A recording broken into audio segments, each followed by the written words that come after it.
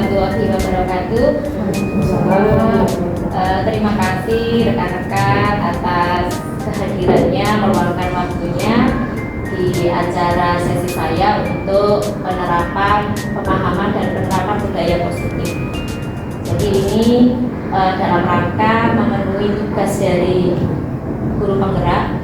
Saya guru penggerak angkatan 8. Untuk materi kita kali ini tentang penerapan budaya positif. Yang dimaksud dengan budaya positif itu adalah disiplin positif, dan ada budaya positif itu nanti yang kita pelajari ada beberapa poin. Yang pertama, disiplin positif dan nilai-nilai kebajikan universal. Yang kedua, teori motivasi, hukuman dan penghargaan serta restitusi. Yang ketiga, keyakinan kelas. Yang keempat, kebutuhan dasar manusia dan dunia berkualitas. Yang yang kelima, restitusi tentang 5 posisi kontrol, dan yang terakhir adalah segitiga restitusi. Nanti poin yang saya utamakan di keyakinan kelas, 5 posisi kontrol, dan segitiga restitusi. Untuk yang lainnya sekedar teori saja. Materi yang pertama yaitu tentang disiplin positif dan nilai-nilai kebajikan universal. Pertama kali kita harus memahami apa yang dimaksud dengan disiplin. Sebenarnya kan kita sudah familiar ya dengan kata-kata disiplin. Disiplin itu artinya belajar, tapi nanti di sini kita tekankan tentang disiplin yang positif.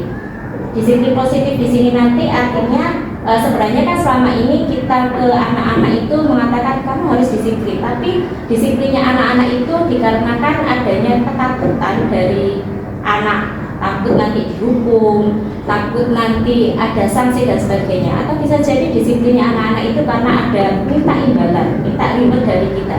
Nah, kamu pokoknya kalau tertib gak terlambat nanti saya kasih hutang. Reward itu bukan kesadaran disiplin dari anak. Nanti yang kita tekankan di sini adalah disiplin yang memiliki tanggung jawab, yang artinya disiplinnya itu datang dari diri pribadi anak itu sendiri. Ini ya, saya tekankan lagi, disiplin positif itu merupakan salah satu cara penerapan disiplin yang bertujuan untuk menumbuhkan kesadaran serta memberdayakan peserta didik tanpa imbalan penghargaan atau reward maupun ancaman atau hukuman.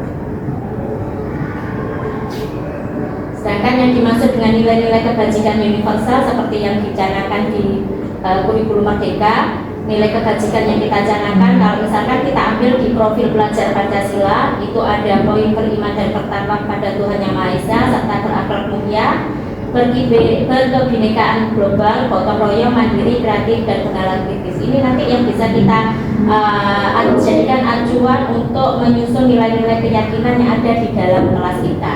Jadi maksud dengan nilai kebajikan itu bisa juga diambil dari program ini atau dari life skill juga bisa. Tapi nanti kita fokus ke profil pelajar Pancasilanya saja.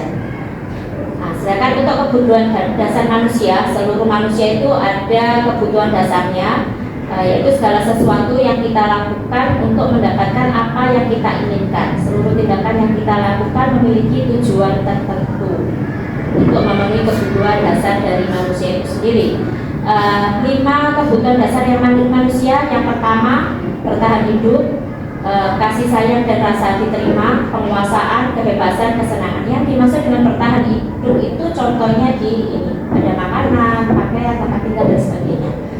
Kasih sayang dan rasa diterima, diperdulikan, berbagi, kerjasama dan sebagainya. Ini kalau diaplikasikan di kelas itu kan rata-rata, terutama anak SD itu kan inginnya kan ada rasa diterima, ada rasa diperhatikan dan sebagainya. Itu termasuk di kebutuhan dasar manusia tentang kasih sayang dan rasa diterima. Penguasaan, ini tentang harga diri.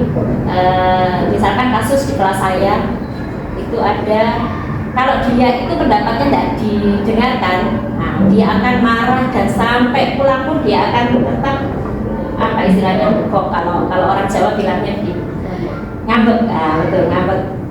Itu ada satu di tempat saya itu yang seperti karena dia merasa harga dirinya dia itu pendapatnya tidak diterima. Nah, ini nanti sebagai tantangan bagi saya juga untuk bisa menaklukkan tipe-tipe seperti ini. Memang anak itu kan tumbuh dari karakter yang bermacam-macam, dan bagaimana kita bisa mengakomodir dari semua karakter-karakter yang ada di dalam kelas kita. Kebutuhan dasar berikutnya tentang kebebasan. Di sini ada mandiri, memiliki pilihan dan sebagainya. Ini nanti yang bisa menjadikan kita harus bisa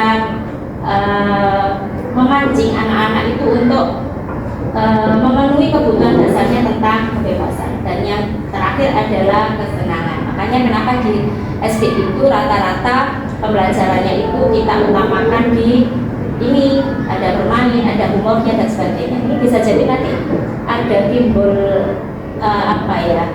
pertentangan dengan wali murid.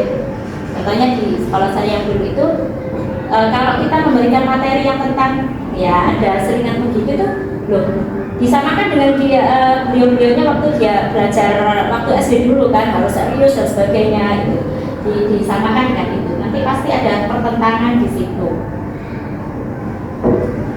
Berikutnya motivasi perilaku manusia. Ini untuk menghindari ketidaknyamanan, itu termasuk di ekstrinsik, untuk mendapatkan imbalan juga ekstrinsik, dan untuk menjadi orang yang mereka inginkan dan menghargai diri sendiri dengan nilai yang mereka percaya, termasuk motivasi intrinsik. Ini nanti yang kita kembangkan di disiplin positif nanti.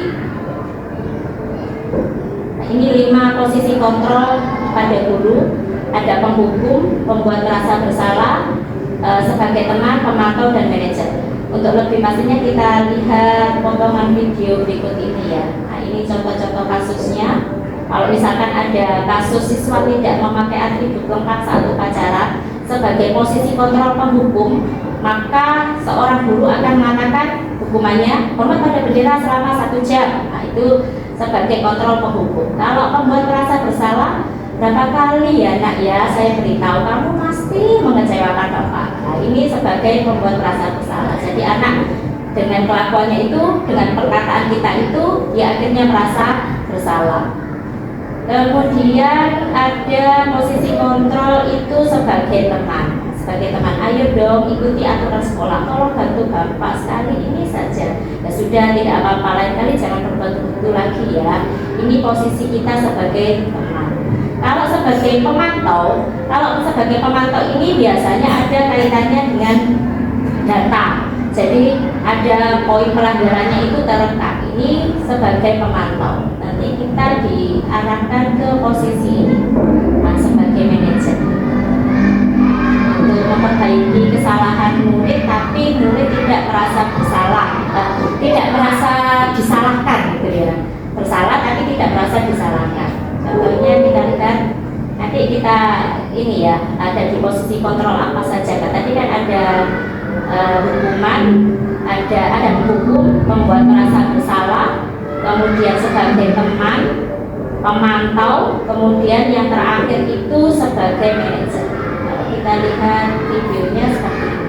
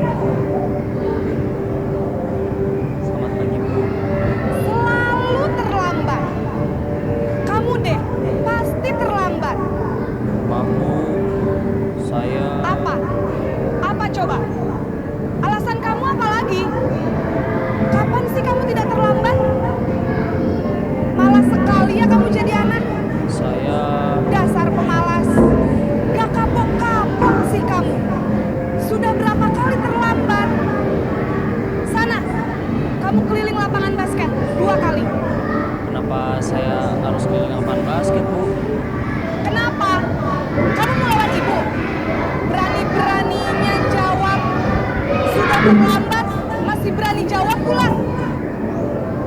Sekarang keliling lapangan basket 5 kali sekalian, biar kapok.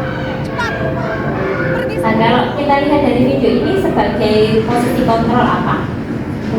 Penghukum, benar. Jadi ada kata-kata keliling lapangan 5 kali dan sebagainya, itu pada posisi penghukum. Cuplikan yang kedua. Masih tentang Naren. Bintangnya Naren.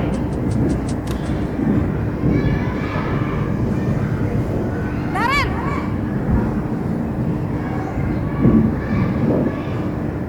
Selamat pagi, Bu. Naren.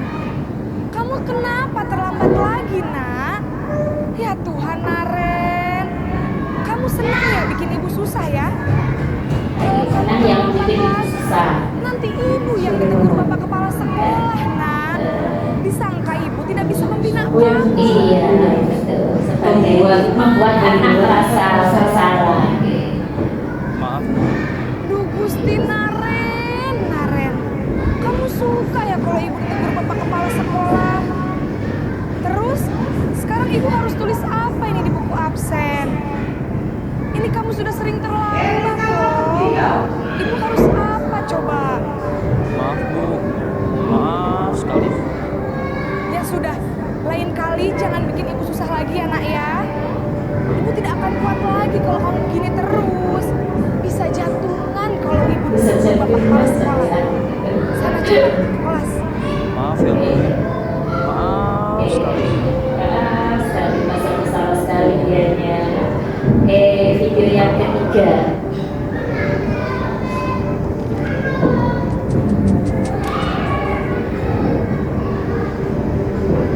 Naren!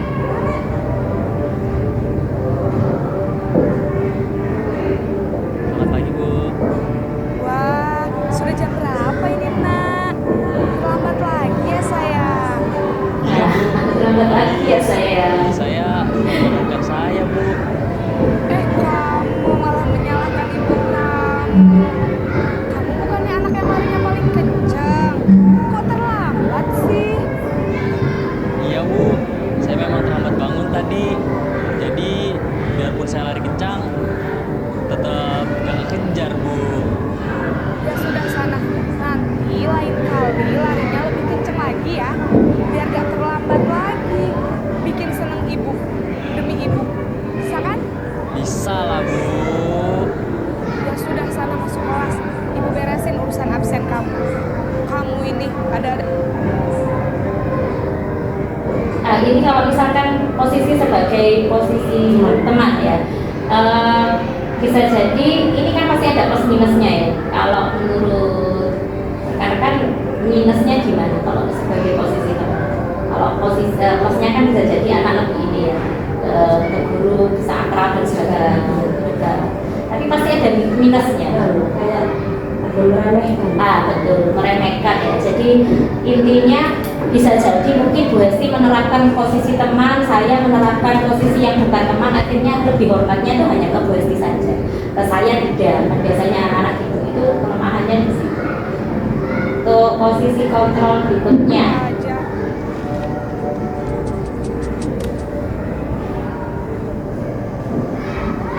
Naren!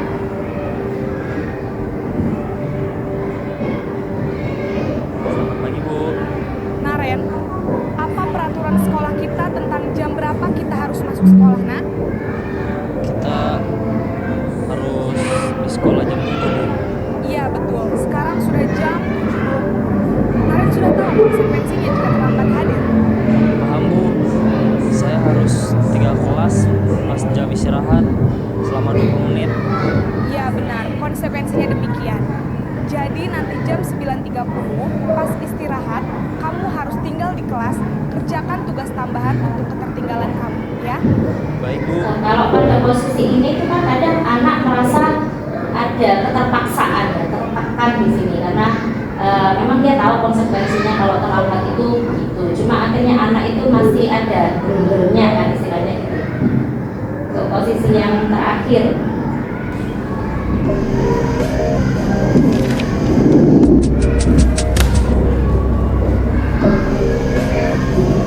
Naren!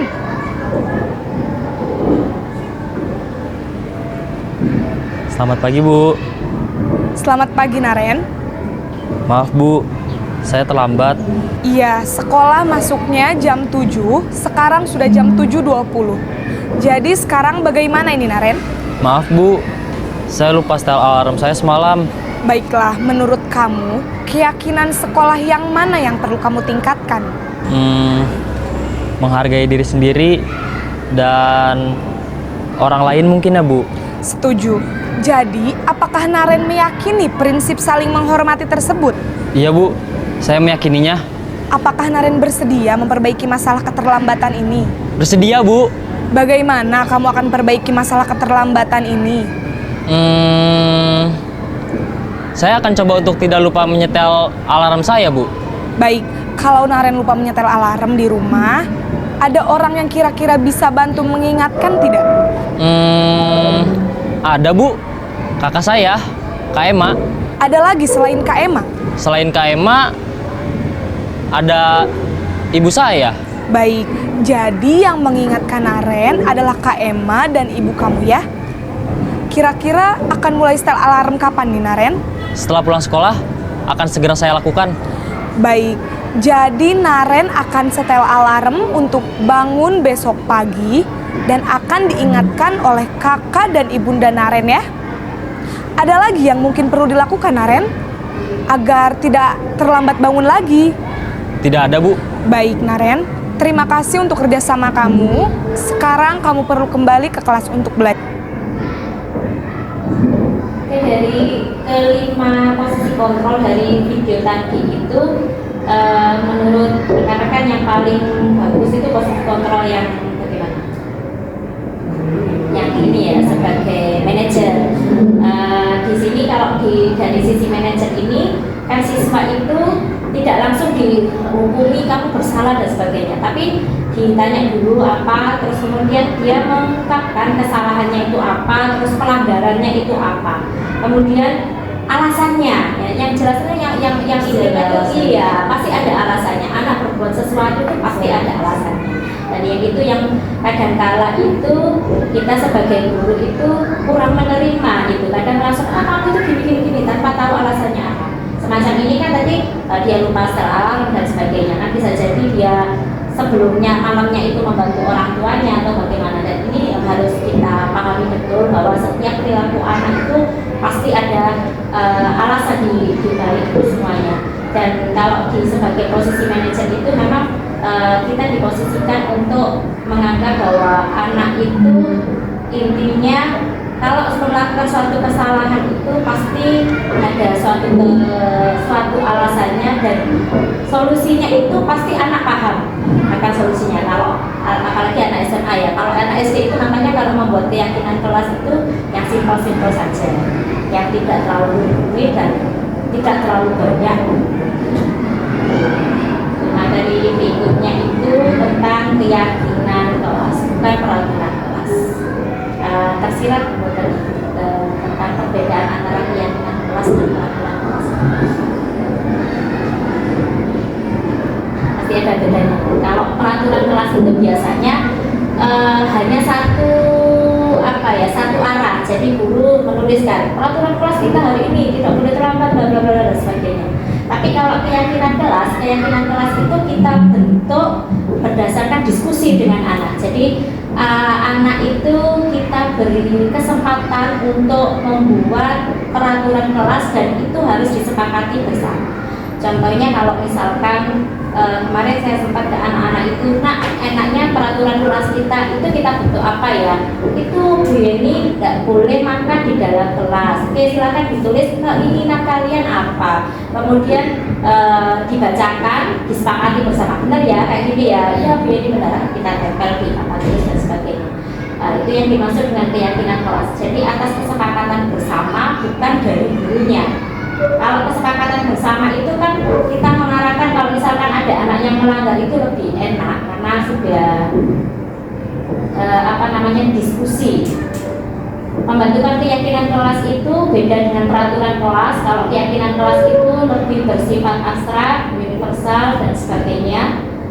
Ini nanti kita lihat ke contoh. Pertama, kamu harus membuat keyakinan kelas terlebih dahulu dengan cara memperkenalkan Virtuous Project, proyek nilai-nilai kebajikan yang saya ambil dalam modul guru penggerak. Lalu biarkan anak-anak untuk memilih sendiri apa yang menjadi keyakinan untuk kelasnya. Berdasarkan hasil pilihan yang terbanyak dan relevan dengan kelas, lalu kemudian anak-anak memperinci kegiatan yang sesuai dengan keyakinan yang dipilihnya.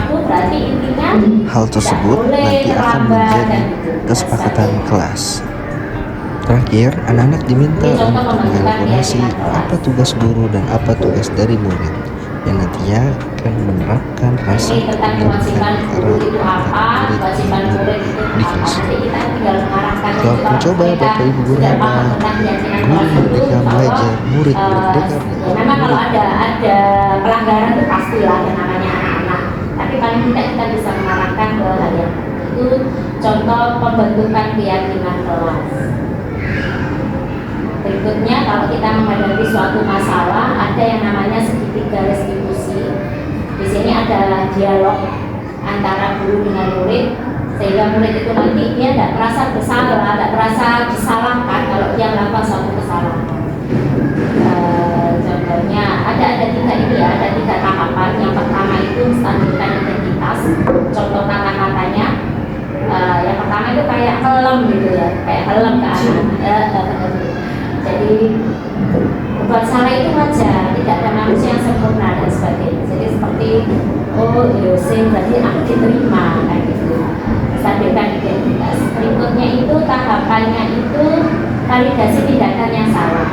Artinya ketika anak melakukan suatu kesalahan, kita tanya alasannya itu apa. Kamu pasti punya alasan dari melakukan kesalahan seperti itu.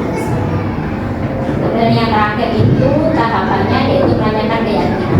Menanyakan keyakinan ini artinya kamu tadi berbuat seperti ini pasti melanggar satu keyakinan yang kita sepakati di dalam kelas. Coba sebutkan keyakinan apa itu, konsekuensinya apa. Itu diarahkan ke anak-anak semuanya. Ini video saya ambil di saya. Jadi ibunya kamu bekerja ya dengan tentang perkataan antara 2 siswa. Satunya itu saya beda ini, tapi kerjaannya itu sama temannya. Akhirnya dia marah, yang kamu lakukan. Maka yang pertama saya tanya tentang ininya saya, Yose kamu yang kamu lakukan itu tadi apa?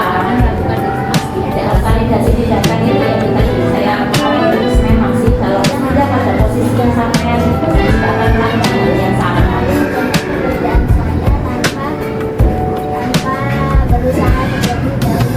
Wajar lah kalau kamu marah karena tidak rela pekerjaan bijak. Alhamdulillah kamu tidak melakukan hal yang lebih dari itu seperti itu misalnya. Tapi ibu mau tanya apakah yang kamu lakukan itu sesuai dengan keyakinan kelas kita? Menurut kamu keyakinan kelas apa yang kamu langgar?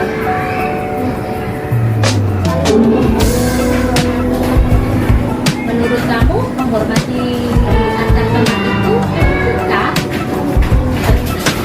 Baik, kalau menurut kamu itu hal yang penting, ketika kamu merasa marah, seharusnya keyakinan kelas apa yang harus kamu lakukan? Adalah kamu apakah bersedia untuk memperbaiki masalah ini? Apa yang harus kamu lakukan untuk memperbaiki masalah ini?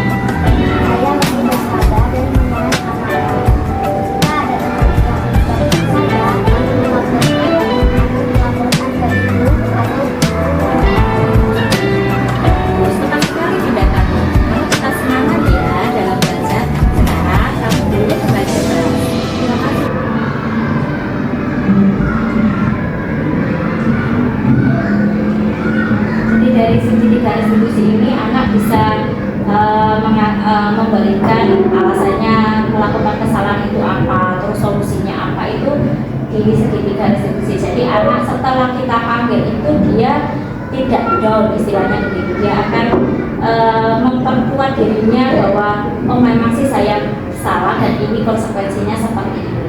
Itu dengan penerapan segi 3 restitusi. Oke, terima kasih untuk materi kita kali ini. Mungkin ada yang bisa kita diskusikan di luar ini pun juga. Terima kasih atas kedatangannya. Mohon maaf mengganggu waktunya. Saya akhiri. Assalamualaikum warahmatullahi wabarakatuh. Waalaikumsalam warahmatullahi wabarakatuh.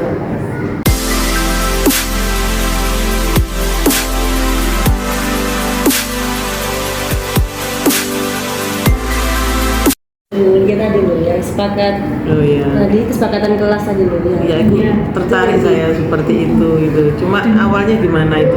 Untuk cenderung kan gimana? sekolah kan hanya memberikan peraturan kelas, kelas, iya. ya, peraturan kelas kan belum pernah ada kayak keyakinan kelas kan selama kan belum apa ya belum Untuk kesepakatan ada, dua ya, pihak. jarang masih jarang ya bisa dipakai Jadi bisa kita terapkan nanti di ya intinya itu kan memang kita susun bersama lah, nggak usah terlalu kalau kelas 2 ya, apalagi kelas 2 itu nggak usah muluk-muluk. nggih.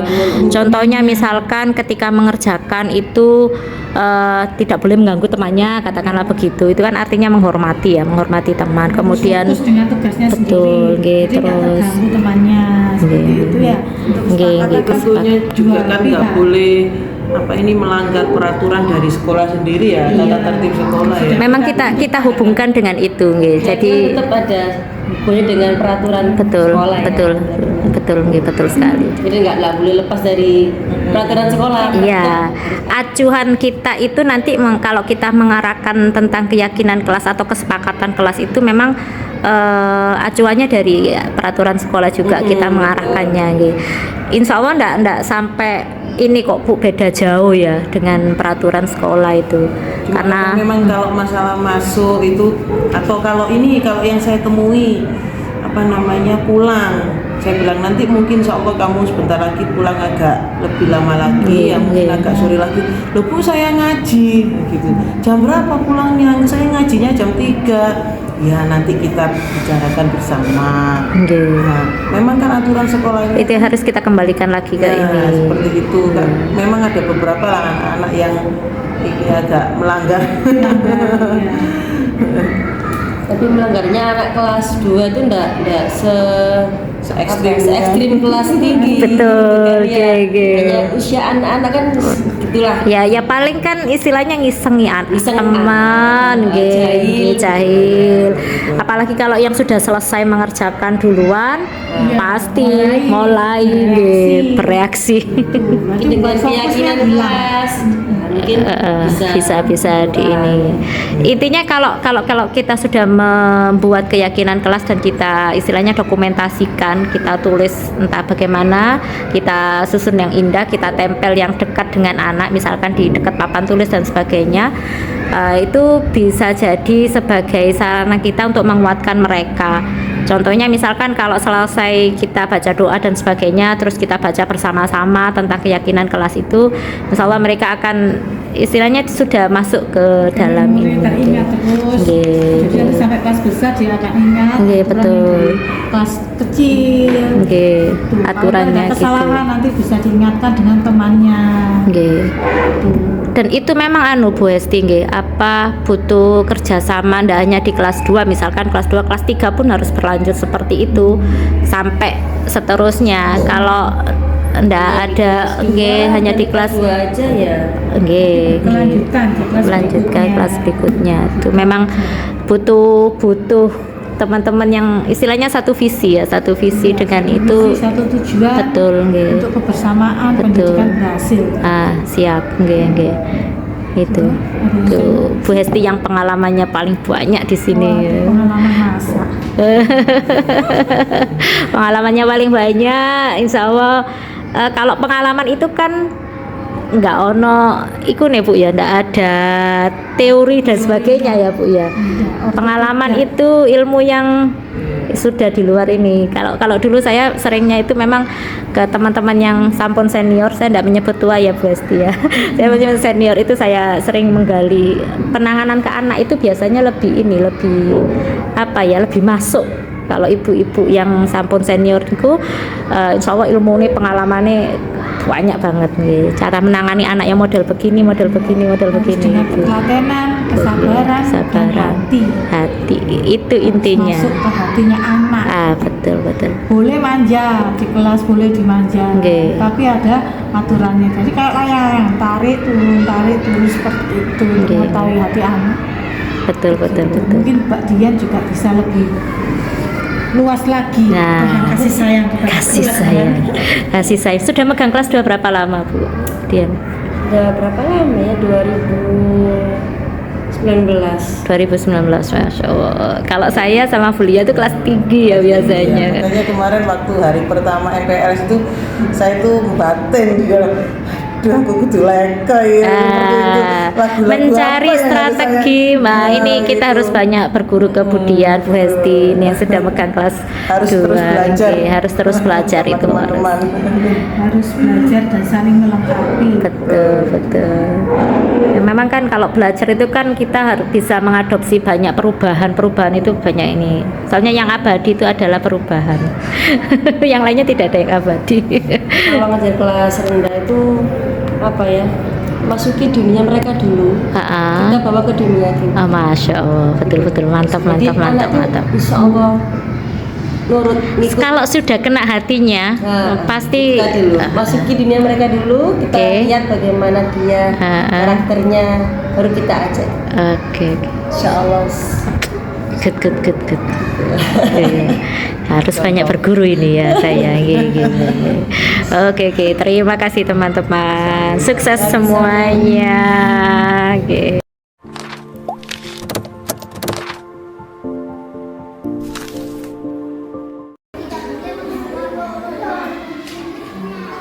Bentar. Saya lihat.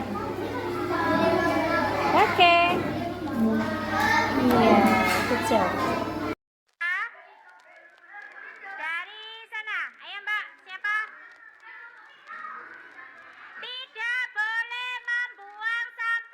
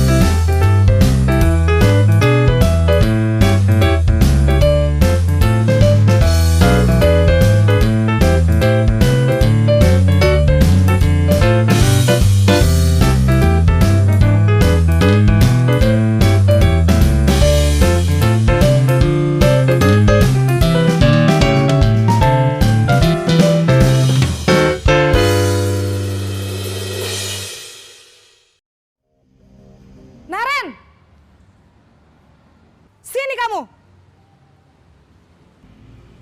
Selamat pagi, Bu. Selalu terlambat. Kamu deh, pasti terlambat. Maaf, Bu. Saya... Apa? Apa coba?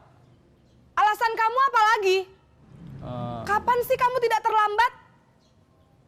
Malas sekali ya kamu jadi anak. Saya... Dasar pemalas. Gak kapok-kapok sih kamu. Sudah berapa kali terlambat? Sana, kamu keliling lapangan basket 2 kali. Kenapa saya harus keliling lapangan basket, Bu? Kenapa? Kamu mau lawan ibu? Berani-beraninya jawab. Sudah terlambat, masih berani jawab pula. Sekarang, keliling lapangan basket 5 kali sekalian. Biar kapok. Cepat. Pergi sana ke lapangan basket.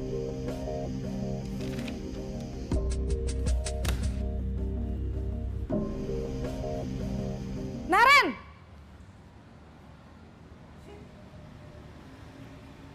Selamat pagi, Bu. Naren. Kamu kenapa terlambat lagi, Nak? Ya Tuhan, Naren. Kamu senang ya bikin ibu susah ya? Kalau kamu terlambat lagi, nanti ibu yang ditegur bapak kepala sekolah, Nak. Disangka ibu tidak bisa membina kamu. Duh, gimana ini? Maaf, Bu. Duh, Gusti Naren. Kamu suka ya kalau ibu ditegur bapak kepala sekolah? Terus, sekarang ibu harus tulis apa ini di buku absen? Ini kamu sudah sering terlambat loh. Ibu harus apa coba? Maaf, Bu. Maaf sekali. Ya sudah, lain kali jangan bikin ibu susah lagi ya, Nak ya. Ibu tidak akan kuat lagi kalau kamu begini terus. Bisa jantungan kalau ibu ditegur bapak kepala sekolah. Sana cepat ke kelas. Maaf ya, Bu. Maaf sekali.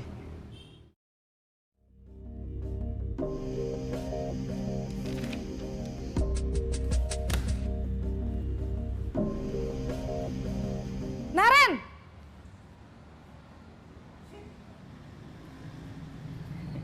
Selamat pagi, Bu. Wah, sudah jam berapa ini, Nak? Terlambat lagi ya, sayang. Iya, Bu. Habis ibu saya lupa bangunkan saya, Bu. Kamu malah menyalahkan ibu kamu. Kamu bukannya anak yang larinya paling kenceng. Kok terlambat sih?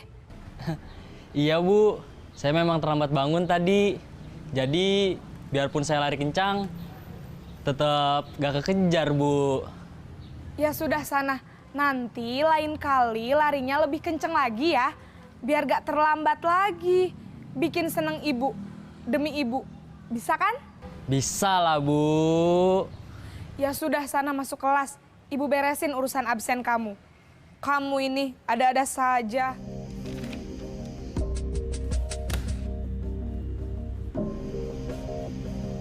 Naren!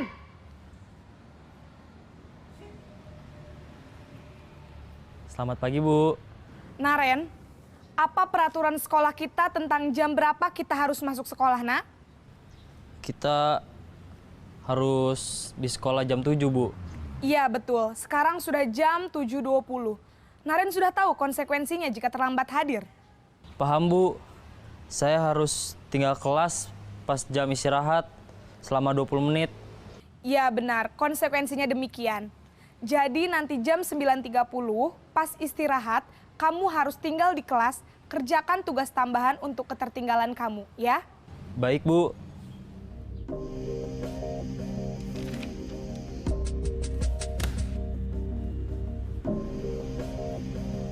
Naren!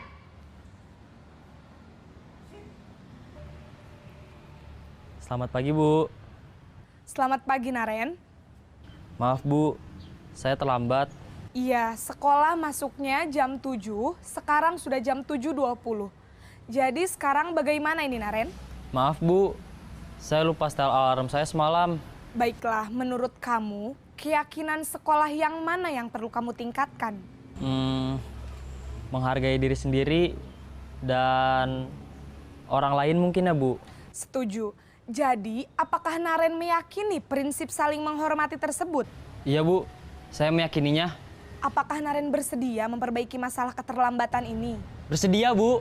Bagaimana kamu akan perbaiki masalah keterlambatan ini?